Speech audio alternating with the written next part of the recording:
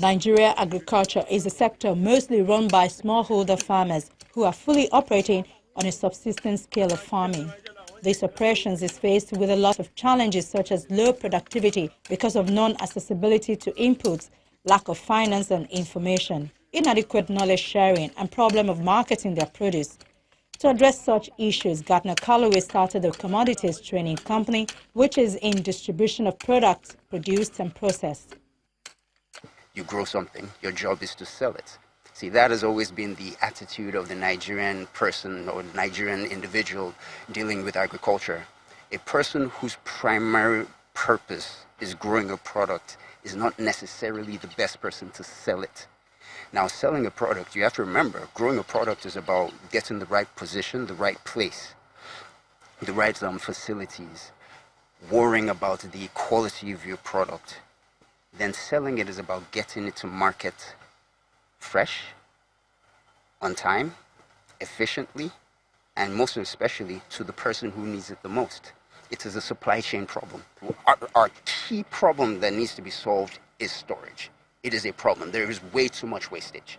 That is a unique problem. There's way too much wastage. And another thing with farmers is that what they produce, the reason why farmers, even though the Nigerian agricultural sector takes a large part of our GDP, you will find out, okay, it's a large part of the GDP, but these farmers are not rich. These farmers don't have money.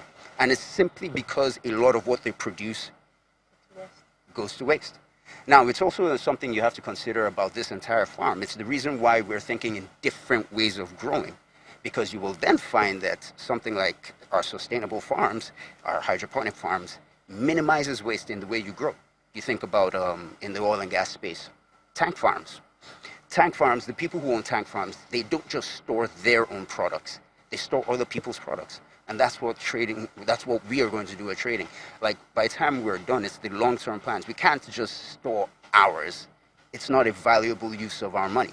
We have to be able to attract other people to store their, their own products. Maybe they want to export it.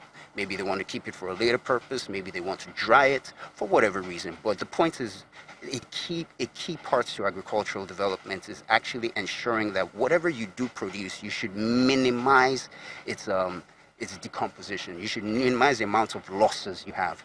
And right now, we lose way too much agricultural produce just to exploration. And that is a shame. Today, economies are facing many challenges.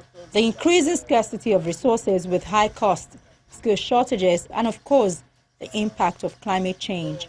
Experts believe there is a need to use resources more responsibly while satisfying demand for sustainable products. Experts also say the world desperately needs new ways to grow our food. As the global middle class grows, the world must produce 70% more calories and at least 100% more total agricultural crops by 2050. Meanwhile, the Sustainable Development Goals dauntingly call for a complete end to global food insecurity by 2030. Economists say agriculture is still the #1 driver of climate change and global population. Agriculture is today said to be a $5 trillion industry, the world's largest, and represents 10% of global consumer spending, 40% of employment, and 30% of greenhouse gas emissions, though methane from livestock rates a considerable portion. And we've been warned there is no way to produce the increasing amount of food we will need without massive improvements in growing technology. Happily, conventional farming has already made immense strides outdoors.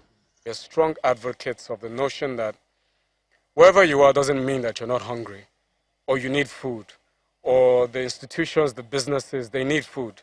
A lot of these people are importing things.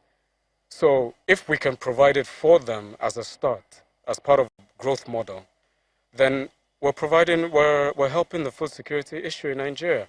And we're helping people and stopping them from importing. And we're providing them with fresh, local, good quality produce that would match the quality of what they're bringing in from other countries. Produce grown under the hydroponics conditions typically matures faster, has more leaves, is crisper, tastes better, and stays fresh considerably longer than food-raised plants. It can be produced year-round, and the amount of water used is as little as 2% of what will be necessary outdoors.